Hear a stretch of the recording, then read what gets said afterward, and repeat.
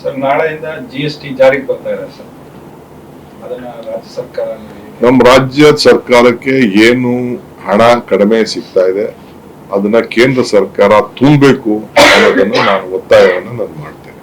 ಯಾಕೆಂದ್ರೆ ನಾವೀಗಾಗಲೇ ಆ ಹಣದ ಇಷ್ಟು ಬರ್ತದೆ ಅಂತೇಳಿ ಅನೇಕ ಯೋಜನೆಗಳನ್ನು ತೆಗೆದುಕೊಂಡಿದ್ದೇವೆ.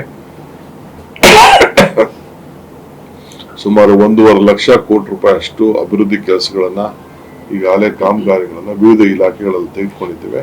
ಯಾವುದಕ್ಕೂ ಅನ್ಯಾಯ ಆಗಬಾರ್ದು, ಅದಕ್ಕೆ ಕೇಂದ್ರ ಸರ್ಕಾರನೇ ಅದನ್ನ ತುಂಬಬೇಕು ಅಂತ ಹೇಳಿ ನಾವು ಒತ್ತಾಯವನ್ನು ಮಾಡ್ತೇವೆ. ಸರ್ ನಿನ್ನೆ ನೀವು ಸಭೆಯಲ್ಲಿ ಭಾಗವಹಿಸಿದ್ರಿ, ಒಕ್ಕಲಿಗ ಸಮುದಾಯ ಸಭೆಯಲ್ಲಿ ಅಭಿಪ್ರಾಯ ಭಿನ್ನವಾಗಿದೆ ಅನ್ನುವಂಥದ್ದು ಹೆಂಗೆ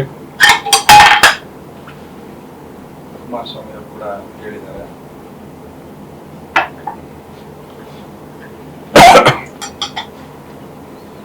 ಯಾರೆಲ್ಲಿ ಏನ್ ಮಾತಾಡಿದ್ರು ಗೊತ್ತಿಲ್ಲ, ನನ್ನ ಹತ್ರ ಯಾರು ಏನೋ ಮಾತಾಡಿಲ್ಲ. ಅವ್ರ ಅಭಿಪ್ರಾಯಗಳನ್ನ ತಿಳಿಸಿದ್ದಾರೆ. ನಾವೆಲ್ಲರಿಗೂ ನ್ಯಾಯನ ಒದಗಿಸ್ಕೊಳ್ಬೇಕು. ನೀವು ಜಾಗೃತರಾಗಿ ನಿಮ್ ಸಮಾಜಕ್ಕೆ ಎಚ್ಚರಿಕೆ ವಹಿಸಿ. ನಾನು ನಮ್ಮ ಸಮಾಜದ ಸಭೆಗೂ ನಾನು ಹೋಗಿದ್ದೆ. ನಾನಲ್ಲಿ ಬರೀ ನೀವು ವಕೀಲರ ಬಗ್ಗೆ ಚಿಂತೆ ಮಾಡಕ್ ಹೋಗ್ಬೇಡಿ, ಎಲ್ಲಾ ಸಮಾಜದವ್ರನ್ನು ಕೂಡ ಒಟ್ಟಿಗೆ ತೆಗೆದುಕೊಂಡೋಗಿ ಎಲ್ಲರೂ ಕೂಡ ತಿಳಿಸ್ಲಿ. ಈಗ ಬಾಲಗಂಗಾಧರ ಸ್ವಾಮೀಜಿಯವರು ಎಲ್ಲಾ ಸಮಾಜದ ಮಠಾಧಿಪತಿಗಳನ್ನೆಲ್ಲ ಸೃಷ್ಟಿ ಮಾಡಿದ್ರು.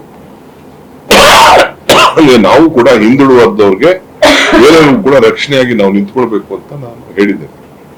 ಬರೀ 15 ದಿನದಲ್ಲಿ 607 ಕೋಟಿ ಟೈಮ್ ಮಾಡ್ಲಿಕ್ಕೆ ಸಾಧ್ಯ ಇದೆಯಾ? ಮುಂದಕ್ಕೆ ಹಾಕಿ ಅದು ಕೇಳ್ತಾ ಇದಾರೆ, ನೋಡೋಣ. ಇದು ಸ್ಕೂಲ್ ರಜಾ ಇದೆ, ಆ ಸ್ಕೂಲ್ ರಜಾದಲ್ಲಿ ದಸರಾ ಅವರು ಎಲೆಕ್ಷನ್ ನೋಡೋಣ. ಅದನ್ನ ನಮ್ಮ ಬ್ಯಾಕ್ವರ್ಡ್ ಕ್ಲಾಸ್ ಕಮಿಷನ್ ಅವರು ಟೀಚರ್ಗಳದ್ದು ಆಕ್ಷೇಪ ಇದೆ ಸರ್, ದಸರಾ ಹಾಲಿಡೇಸ್ ನಿಮ್ಗೆ ಹೇಳಿದ್ರ ಅವರು?